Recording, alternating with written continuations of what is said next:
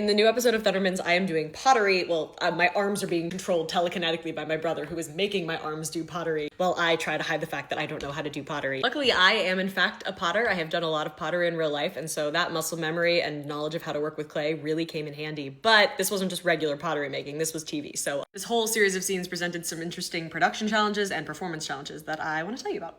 Number one, this mound of clay grows over the course of a few scenes, but of course we don't shoot in order and we shoot multiple takes, so we had to figure out where it started, where it ended, and what the stages were along that route, and when it would change from one stage to another so that I'm not actually building this piece of clay on camera. And so we had a master potter come in who was making a bunch of lumps of different sizes so that we could keep swapping them out and film in the order we needed to, so that was wild. Number two, when you're actually doing pottery, you are hunched over the table and like your elbows in your hip and you're stabilizing yourself and your head is down, but obviously the camera needs to see my face, especially because this whole scene I'm delivering basically a monologue. And so it was really interesting for me to be kind of sat in a different position and trying to hold myself up where the camera could see me. And then of course, from a performance perspective, I am pretending that somebody else is controlling my arms and also trying to remember all my lines. So that was a fun challenge as an actor. Number three, this clay not only had to look good on the pottery wheel, but it also had to match with the other material that we used for the big special effects clay explosion at the end of the sequence. And so we did a lot of playing around with texture and color for this clay, as well as for that basically paint that they used for the big explosion to make sure they believably matched on camera. Oh, and then there's a whole bit where I'm throwing clay at the table and we had to make sure it didn't knock the clay off, because if I threw the clay and it knocked it off center and it flew and hit a background actor in the face, that would be bad.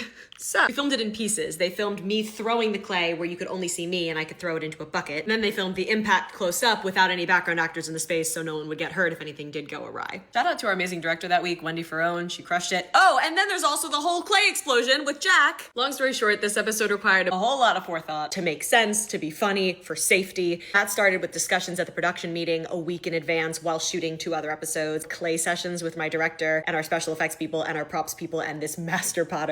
It was insane, but I think it all turned out great. I hope that you guys agree. Also, I love my jumpsuit. I feel like it's very art teacher Phoebe. Not that that really matters, but I do kind of judge how much I like my TV shows by how much I like what I was wearing. What could I say? I hope you enjoyed that behind the scenes look on how we made the new episode, and I hope you're enjoying all the new episodes, and I hope you're having a great day. Okay, bye!